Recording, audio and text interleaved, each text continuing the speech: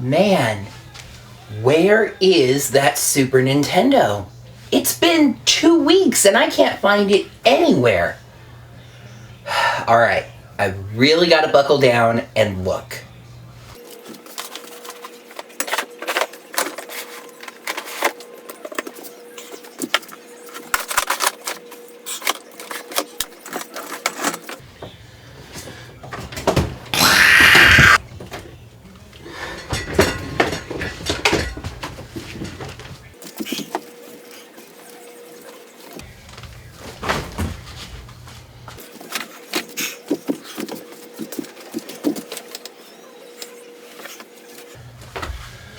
Man, where could it have gone?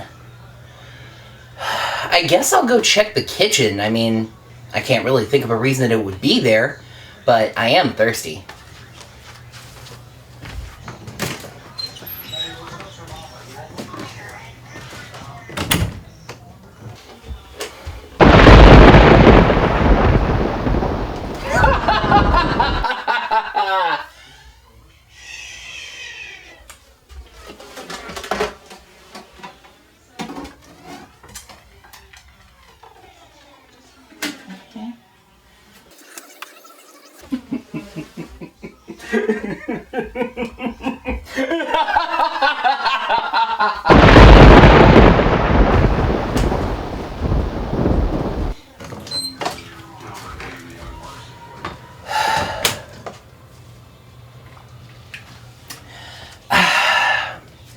But man, that is really frustrating. I wanted to get in a nice game of Super Mario World before I did this week's video. But now... Wait a second. That was not there before. I feel like I should suspect something. Whatever, I just want a game right now.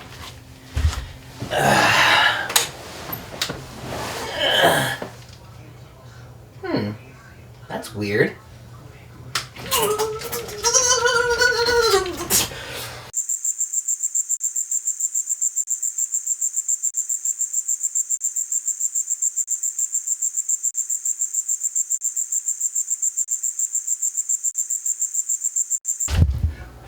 Whoa. Wait, what happened? What, hey, where am I? Wait. Oh my gosh. I'm in the TV! Help! Help!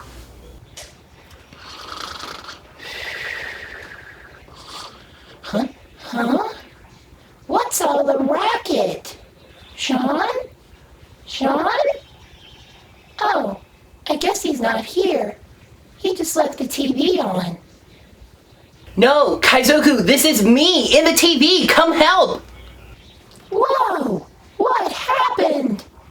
I don't know. The SNES reappeared and... And you didn't at all suspect S34N, the Dark Stranger, the Hunter. I just wanted to play Mario. Sue me. Fine, hang on. Here I come.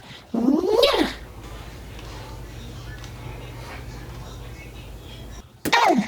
Ow! Are you okay? I'm fine. Listen, I think you know the drill by now. I need to do some scans and see what we're dealing with here. Have you picked a topic for this week's video? Yeah, actually I did. It's... What? It's Power Rangers and video games. Sorry. Well, you know, you basically are a video game now. Hey, that gives me an idea. What? Eh, Hey. eh, eh, eh. What? What? Hey. Cut it out. This is fun. You have some scanning to do. All right, fine. Okay, well, hi. everyone, and welcome to another Power Rangers Dino Charge Hiatus video. I'm coming to your screens from inside one of my own to talk to you about the topic of Power Rangers and video games. What kind of history has Power Rangers had with interactive media? And more importantly, what does that history say about its future? Well, the history of Power Rangers in video games, of course, starts where the show does. When Mighty Morphin Power Rangers became a mind-blowing success, companies were falling all over themselves to create games that would allow kids to control their favorite spandex-clad heroes. Bandai teamed up with Nintendo to publish games for the show on the Super Nintendo and Game Boy systems, while Sega themselves published games on the Genesis, Game Gear, and Sega CD. The Super Nintendo version is generally considered the best of the bunch. It's a side-scrolling beat-em-up where you can choose one of the 5 original Rangers. The levels come in 3 stages. In Stage 1, you fight through putties, unmorphed. And then in Stage 2, you encounter the monster, morphing and fighting through another wave of putties as a Ranger. Then in Stage 3, you fight the monster. There are 5 of these levels, 1 for each Ranger, but you can choose any Ranger you'd like as many times as you'd like. After that, the Rangers form the Megazord, and you fight Hiatus and then Cyclopsis on the moon in a 2-stage battle. The Game Boy version was basically a stripped-down version of that, where the Rangers, in morphed form only, fight through putties, then fighting Squat, King Sphinx, Babu, Goldar, and Rita. The Sega versions of the game are very similar to each other as well, but both oddly went for the fighting game with story mode motif. The outlier to all of these was the Sega CD version. This was basically an entire game of QuickTime events overlaid over footage from actual episodes. There are 10 levels, each of them corresponding to an episode. Something about those Sega fighting games must have caught Bandai's eye, because in 1995 they celebrated MMPR Season 2 with Mighty Morphin Power Rangers The Fighting Edition for the Super Nintendo. But unlike the other games, this one didn't feature Rangers at all. Instead, the Thunderzords fought as Megazords against monsters, Goldar, and Lord Zed, with the final villain being the movie's Ivan Ooze. Then came the movie, and you know what movies mean. Tie-in video games. This was basically round 2, as all 4 systems got a movie game as well. And once again, the Super Nintendo version is generally considered to be the best. It introduced a 2-lane fighting system, as well as allowing you to morph at any time after filling a gauge with energy. The end bosses were 5 monsters from Season 2, an original monster, and Ivan Ooze. The Game Boy version was basically similar to its original, with morphed Rangers fighting through stages to get to bosses at the end. The Sega versions, interestingly, meld the second season of the show and the movie. The Game Gear version features 2 levels set in the second season of the show, and 4 levels, 2 as the Rangers, 2 as the Ninja Mega Falcon Zord in the movie. But perhaps the most interesting is the Genesis version. It starts with its first 2 levels in the movie before flashing back to the show, covering White Light, the Ninja Encounter, and the Power Transfer. It then returns to the movie for its final stage. Then the show transitioned over to Zeo, and video gaming celebrated this with a racing game. Or, as Wikipedia puts it, vehicular combat with elements of racing. Honestly, the best part of Zeo Battle Racers is the 16-bit version of Zeo's theme. Other than that, this is really a Mario Kart knockoff that has very little to do with the show itself. Zeo also got a, frankly, really low-quality PC game, so bad that most people haven't even heard of it, as well as a pinball game. I guess none of those games did very well because it took until 2000 and Lightspeed Rescue for us to get another Power Rangers video game. The Rangers moved into 3D on the Nintendo 64 and PlayStation. The 2 games were basically similar, though the PlayStation version did feature the Titanium Ranger as an unlockable character. But it also featured the strange design decision of having the final level only be playable if the game is saved to a memory card after beating the next to last stage. The 3D era continued with Time Force, this time just on the PlayStation. There's really not a lot to say about this game. The Wikipedia article summarizing it is only 3 lines. The main draw of it is that each level contains a time artifact, and if you collect all 7, you unlock the Quantum Ranger. It continued on from there with Dino Thunder on the GameCube and PlayStation 2, but this was a really odd game. You never control the Rangers, you only control their Zords, working to save the auxiliary Zords. Then began what I like to call the THQ Game Boy era. Well, not really. It actually started back in 2000 with Lightspeed Rescue, but I wanted to keep a separation between the 3D games and the 2D games.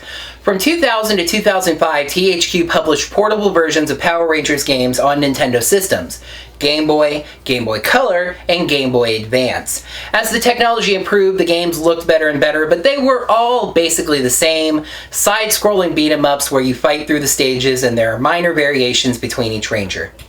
2007 marked the show's 15th anniversary, and thus we got Power Rangers Super Legends for the PS2, PC, and Nintendo DS. The console and portable versions had different stories. The console version featured Lord Zed, unpurified because of reasons, working to erase the Rangers from time. Inside the Hall of Legends, the resting place for all Ranger power, the Omega Ranger works to put together a team of Rangers across time in order to stop him. No, not that Omega Ranger, a new one. The two of them actually talk at one point. Yeah. In the DS version, it's Emperor Grum that wants the Hall of Legends, with the Omega Ranger, this time I think the normal one, warning the Rangers across time to fight against him. What the two games have in common is they're just not very good. I played the PS2 version and regret having done so, honestly. Bad controls, bad cutscenes, bad voice acting, bad Megazord fights, just bleh. When the show was revived with Power Rangers Samurai, the chance was taken to use their symbol power and swords motif to work that into motion controls. Samurai is a Nintendo Wii game where players can use the Wii Remote for slashing moves and symbol power. Super Samurai landed on the Xbox 360, using its Kinect system to detect martial arts moves as well as symbol power as well. Neither of the games were absolutely amazing, but motion controls were a pretty neat touch for a Power Rangers game, helping the immersion and helping you feel like you actually are a Power Ranger.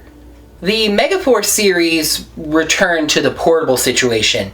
Megaforce was sort of a portable samurai, another free-roaming brawler where you could change Rangers on the fly, with the other Rangers providing encouragement.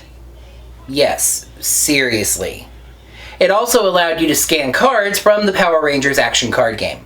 Super Megaforce didn't really do anything to change the formula. It was basically Megaforce 2.0. The neat gimmick of Super Megaforce was the ability to scan Ranger keys, which helped unlock some of the game's 30 playable Rangers. Other than that, though, it was really same old, same old. Interestingly, a lot like much of the merchandise for the Ranger line right now, the video game arena seems to be focused more on throwbacks than the current show. I cannot find any information at this point about plans for a Dino Charge video game, and we're well past the point where Super Megaforce's game was announced. Where the Ranger game seems to be most active is the mobile arena. Power Rangers Dash is an excellent endless runner game where you select a team of 3 Rangers after unlocking them and move through a continuously moving set of levels. You collect coins to unlock other Rangers and powers for them, but of course you can also spend money to do so in the classic freemium model. Power Rangers Unite is a card game played on mobile where you collect cards and play them in a Yu-Gi-Oh-esque style against enemy cards. Power Rangers Legends is a fighting game where you use swipe controls that is only available for Apple devices. And this last one I really only mentioned because people would ask me why I didn't, but Chroma Squad is a kind of behind-the-scenes Ranger game where you create your own Power Rangers type show. Honestly, it's more inspired by the Super Sentai series than Power Rangers, but they did have to slap a "inspired by Saban's Power Rangers" on it in order to get it past Saban Brand's lawyers. Of course, just like with the MMPR movie, there's a good chance that the upcoming Power Rangers film will bring with it its own tie-in video game.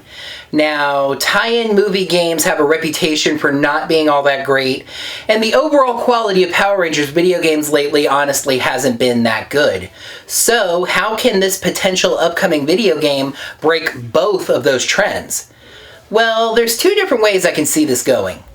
One would be the light way, and by that I just kind of mean the easier way. I could really see them taking the MMPR SNES game or the movie game and just reskinning it to make it a downloadable title.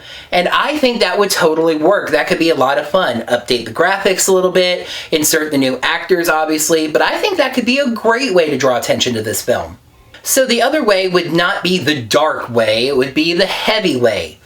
Go all out. A movie is not a show that changes every single year. This movie has been years in the making. Work with the filmmakers and craft a connected story. Something like the Star Trek video game that connected the first reboot film and Into Darkness. Just better. I'm picturing 3D levels, both morphed and unmorphed, as well as a Megazord fight, of course. But I think it would be really cool to have individual Zord levels too. Have a flight level with the Pterodactyl Zord, stomp around with the T-Rex Zord, roam through the jungle with the Saber-Tooth Tiger Zord, and etc, etc. Whatever route they end up going, I just really hope they put some effort into it, because it could be damaging, I think, to the Power Rangers brand, as well as tie-in movie video games in general, if this ends up being just another half-baked, low-effort tie-in. The fact that I go back still and play the SNES MMPR game shows that Power Rangers games can be fun. Well, you know, we are coming up on the finale of these hiatus videos as the show comes back in just a couple of weeks. Man, it's good to know that my Segway game is still on point even after being digitized. Leave your votes below for your favorite Power Rangers finale episode. Now, I get a funny feeling there's going to be kind of an obvious winner here, but just go ahead and vote anyway. Now, I know the finales of some seasons were more multi-episode arcs than just final episodes, so it could be considered unfair to compare just final episodes to other final episodes. So I'm going to allow you guys to vote for up to a 3-episode arc for a finale episode. Just remember that I'm going to be applying that standard to every season. Also, if you just loved the final episodes of Vanilla Samurai or Caffeine-Free Megaforce, feel free to go ahead and vote for those, even though they were transitionary seasons. Well, that's going to do it for another Dino Charge hiatus video. Like, comment, subscribe, yada yada yada. Kaizoku, are you done yet? Just about. Tweak here, tweak here. Here we go!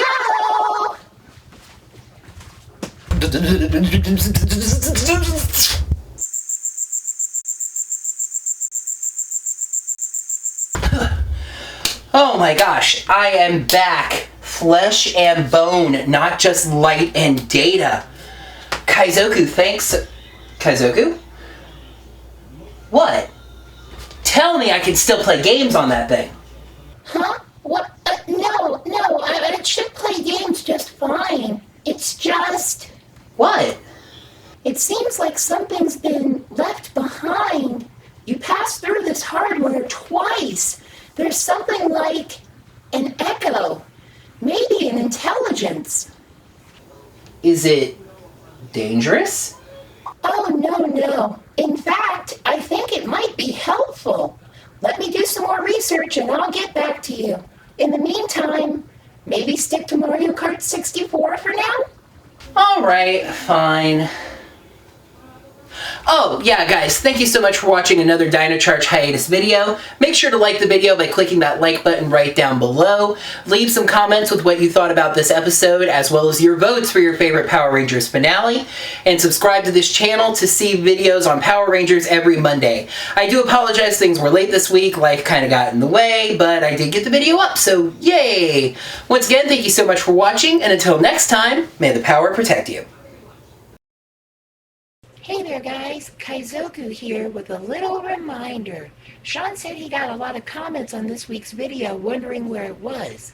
That's fair because it was late, but I just wanted to remind you that you can follow Orange Ranger videos on Facebook and Twitter. The links are in that end slate that we put at the end of every video. If a video is going to be late or if it's not going to go up that week, we make sure to post about it. So once again, make sure to follow Orange Ranger videos on social media, and may the power protect you.